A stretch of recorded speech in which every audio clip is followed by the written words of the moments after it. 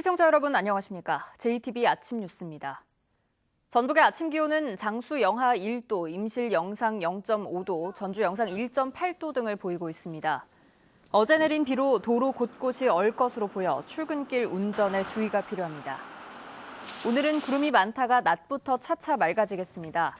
낮 최고 기온은 어제보다 5, 6도가량 낮은 4도에서 7도로 다소 쌀쌀하겠습니다. 서해남부 먼바다에는 풍랑주의보가 내려져 있습니다. 전주기상지청은 당분간 구름이 많은 가운데 큰 추위는 없을 것으로 전망했습니다. 김제시가 지평선 산업단지에 조성한 공동주택 용지가 있습니다. 김제시는 이미 600억 원이 넘는 자체 예산으로 미분양 용지를 매입했는데요. 이번에도 공동주택 용지가 팔리지 않자 김제시 예산으로 땅을 사들이기로 했습니다. 자치단체 살림을 이런 식으로 해도 되는 걸까요? 권대성 기자의 보도입니다. 지평선 산업단지에 있는 공동주택 용지입니다. 전체 6만 3천여 제곱미터로 2015년에 조성됐습니다. 하지만 4년이 넘도록 전혀 분양이 되지 않았습니다. 공장 용지 분양이 더디어 아파트의 입주 수요가 불투명해지자 건설사들이 공동주택 용지에 관심을 보이지 않은 겁니다.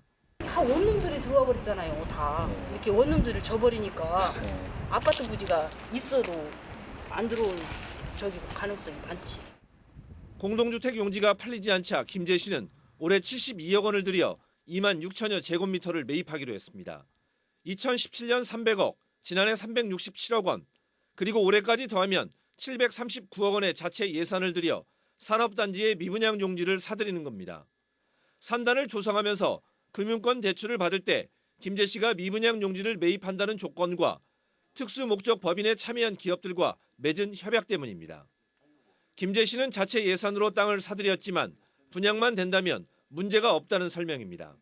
근로자들을 위한 주택을 LH뿐만 아니라 민간 기업에서도 접촉을 하고 있기 때문에 그런 부분들을 공동주택은 조만간에 분양이 될 걸로 예상을 하고 있습니다. 빚을 내서 산업단지를 조성하고 땅이 팔리지 않자 자체 예산으로 그 빚을 갚는 악순환이 되풀이되고 있습니다. JTBC 뉴스 권대성입니다. 전라북도가 임실에서 전주를 거쳐 인천공항으로 가는 공항버스 파기환송심에서 승소했습니다. 법원이 독점운행보다는 경쟁운행을 통한 공익을 우선시한 결정으로 보이는데요. 패소한 대한관광 리무진 측은 곧바로 재상고하기로 했습니다. 김철 기자입니다.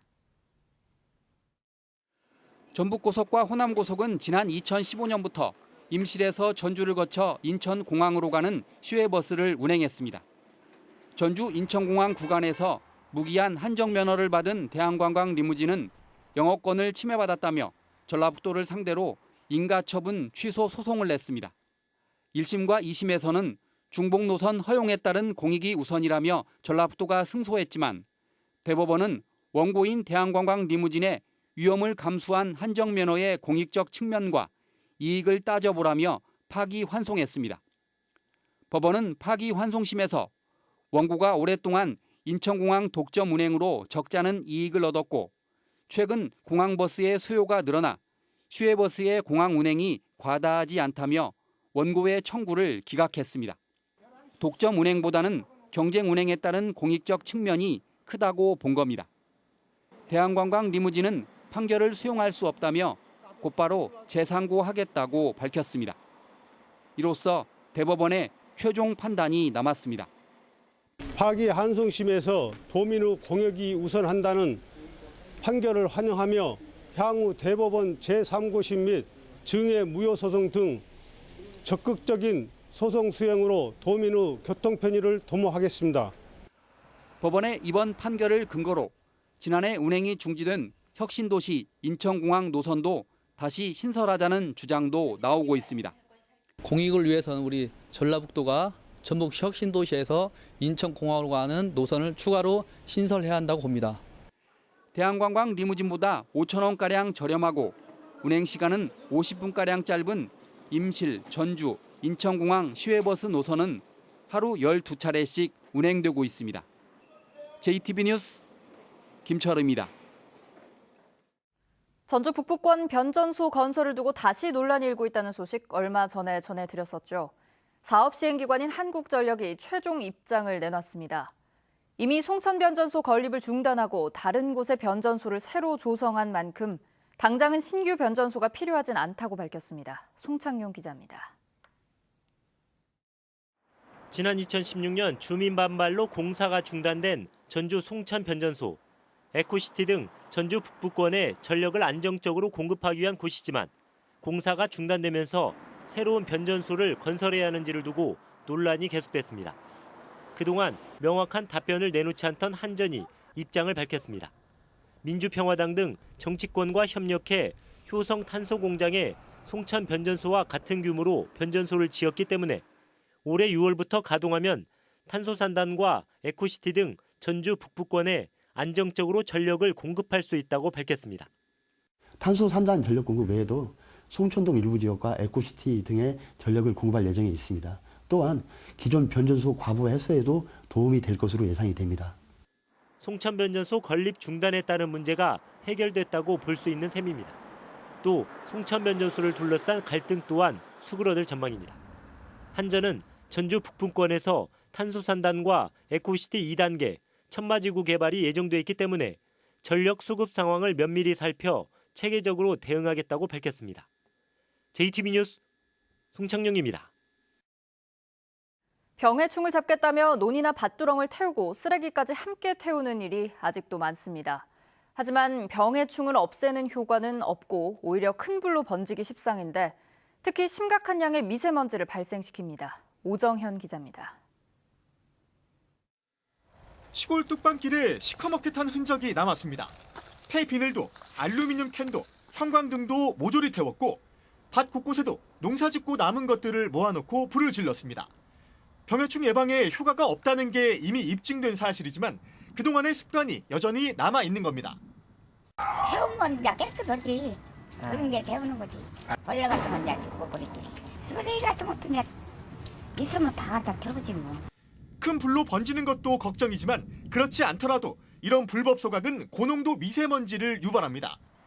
농업부산물을 태우는 곳에 측정기를 대자 초미세먼지 농도가 세제곱미터당 110 마이크로그램까지 치솟습니다. 매우 나쁨 농도 기준은 세제곱미터당 75 마이크로그램의 1.5배 수준입니다. 보리대 1톤을 태우면 초미세먼지가 35kg 발생한다는 연구 결과도 있는데 경유차 20대가 1년 동안 운행하며 내뿜는 양과 맞먹습니다. 자동차라든지 그 사업장의 경우는 열 효율을 올리기 위해서 완전 연소 조건으로 연소를 시키고 또 저감 시설을 하고 있기 때문에 상대적으로 오염물질의 배출량이 작아지는데 농업 잔재물의 경우는 불완전 연소가 발생하고 또 연소 과정에서 입자의 크기가 작은 미세한 입자가 발생하기 때문에 인체에 훨씬 문제가 된다고 볼 수 있습니다. 심각한 고농도 미세먼지를 일으키는 불법 소각. 자신의 건강을 위해서라도 해서는 안 되는 일입니다. JTB 뉴스 오정현입니다. GM 군산 공장이 문을 닫고 현대차 생산 물량이 큰 폭으로 줄면서 도내 협력 업체들이 큰 어려움을 겪고 있는데요. 대규모 고용 위기에 직면한 익산과 김제, 완주가 최대 1,000억 원이 지원되는 정부 공모 사업을 따내기 위해 손을 잡았습니다. 하원우 기자의 보도입니다. 버스와 트럭 등 상용차 부품을 만드는 회사입니다. GM 군산 공장이 문을 닫고 현대와 기아 등 원청업체의 주문도 반토막 나면서 140명이던 직원을 90명으로 줄였습니다. 일감이 줄어 격주로 주 4일만 근무합니다. 상용차 물량이 17년도 이후로 거의 한 30% 40% 정도가 물량이 빠졌거든요. 그 영향으로 일부 업체들은 구조조정도 좀 하고 있고. 자동차 부품 대신 서핑보드 등으로 사업 다각화를 모색하고 있지만 연구개발비 부담이 적지 않습니다. 자동차 협력업체가 많은 익산과 김제, 완주 등 인근 시군이 같은 고통을 겪고 있지만 고용 위기 지역으로 지정돼 있지 않다 보니 정부 지원도 받지 못하고 있습니다. 연이어서 많은 기업들이 도산이 됐는데도 불구하고 청년 인재비가 좀 부족하다는 이유로 저희들 고용 위기 지역에 지정을 되지 못했습니다. 이들 3개 시군이 전라북도와 손을 잡고 고용안정 선제 대응 패키지 공모 사업에 도전장을 냈습니다. 이 정부 공모 사업에 선정되면 앞으로 5년간 최대 1,000억 원 규모의 국가 예산을 지원받습니다. 연구개발을 통해 기존 산업을 고도화하고 새로운 산업 기반을 구축하면 만여 개의 일자리가 생길 것으로 기대하고 있습니다. 어떤 협력업체들의 고용 유지 부분 이런 부분들 해소에 중점을 두고 나아가서 고용 안정을 강력하게 대응하는 데 가장 경쟁도 치열합니다. 전국적으로 20개 안팎의 컨소시엄이 도전장을 내밀었는데 이 가운데 4곳가량만 선정됩니다. 정부는 다음 달 중순쯤 고용안정 선제 대응 패키지 사업의 대상 지역을 발표합니다. JTB 뉴스 하원호입니다.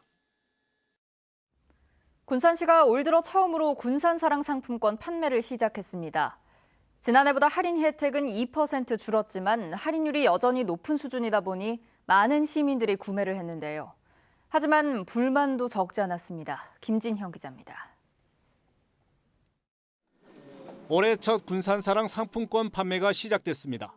판매 할인율이 10%에서 8%로 줄었지만 여전히 높은 수준이다 보니 상품권을 사려는 사람들로 발 디딜 틈이 없습니다. 총 금액 69만 원인데요. 8% 할인 받으셔가지고 63만 4,800원 받을게요. 설 명절을 앞두고 차례상 비용을 아끼기 위해 상품권 구매에 나선 시민들은 줄어든 할인 혜택에 아쉬움을 드러냅니다. 아쉽긴 하지만 이것도 고맙지. 안 주면 어떻게 하겠어요. 군산 조선소와 GM 군산공장 폐쇄로 인한 여파에서 아직 벗어나지 못했는데 할인율만 내렸다는 볼멘 소리가 나옵니다. 어렵다고 군산이 이거 발부 안 했어요 원래. 근데 이리로 충청도랑 일이랑도 이걸 발부하더만요. 근데 그런 데는 10%인가는 모르지만 여기서 10%에다가 또 7%인가 8%인가 오르니까 좀 서운하죠. 지난해 4천억 원어치가 발행된 군산사랑 상품권은 침체된 지역 경제를 살리는 효자 노릇을 했습니다. 군산시는 그러나 10%의 구매 할인율 유지를 위해 240억 원의 예산을 사용했습니다. 막대한 예산이 재정 부담으로 작용하자 올해 할인율 인하를 결정했습니다. 올해 군산사랑 상품권 발행 규모는 3천억 원으로 할인율에 따라 군산시가 부담해야 할 예산은 120억 원에 이릅니다. 여전히 부담스러운 금액입니다. 군산시는 시장 상황을 살펴가며 할인율 축소를 확대해 나갈 방침입니다. 그러나 상품권 발행으로 근근히 버티고 있는 지역 골목 상권이 타격을 받을 수 있다는 우려도 나오고 있어 신중한 결정이 뒤따라야 할 것으로 보입니다. JTB 뉴스 김진영입니다. 남원시 농산물 공동 브랜드인 춘향애인의 지난해 매출액이 800억 원을 넘었습니다. 완주군 통합 일자리 센터가 올해 문을 열 예정입니다. 조창현 기자입니다. 남원시 농산물 공동 브랜드인 춘향애인의 지난해 매출액이 877억 원을 기록했습니다. 지난 2013년 지역 내 개별 농산물 브랜드를 하나로 통합해 출범한 춘향애인은 당시 딸기와 파프리카 등 8개 품목으로 시작해 현재는 15개 품목으로까지 확대됐습니다. 청정 남원의 자연 환경과 철저한 품질 관리가 성공 요인으로 꼽히는데 춘향애인은 지난해 전국 5대 농산물 브랜드로 선정되기도 했습니다. IT 산업 접목을 하면서 좀 더 생산량도 늘어나고 품질도 개선시켜서 다양한 소비 트렌드 변화에 부응할 수 있는 생산단지로 육성할 계획입니다. 완주군이 수요자 중심의 원스톱 일자리 서비스를 제공합니다. 완주군은 일자리 센터가 분산돼 통합이 시급하다는 구직자와 구인 기업의 민원을 받아들여 둔산 근로자 종합복지관에 통합 일자리 센터를 만들어 오는 8월 중에 문을 열기로 했습니다. 통합 일자리 서비스 지원 체계를 구축해서 취업률을 높이고 모두가 바라는 일자리를 실현해 나가겠습니다. 순창군이 설 명절을 앞두고 순창 사랑 상품권 10% 특별 할인 판매에 나섭니다. 할인 판매는 오는 13일부터 열흘간 이루어지며 개인은 월 50만 원, 연간 500만 원 한도로 할인 구매가 가능합니다. 고창군의 신개념 고령자 복지주택 사업이 국토교통부의 사업 승인을 받아 본격 추진됩니다. 고령자 복지주택은 고창군 사회복지시설지구에 들어서며 문턱 제거 등 무장애 설계가 적용되고 저층부에는 여가 활동 등이 가능한 사회복지시설 등이 복합 건설됩니다. JTB 뉴스 조창현입니다.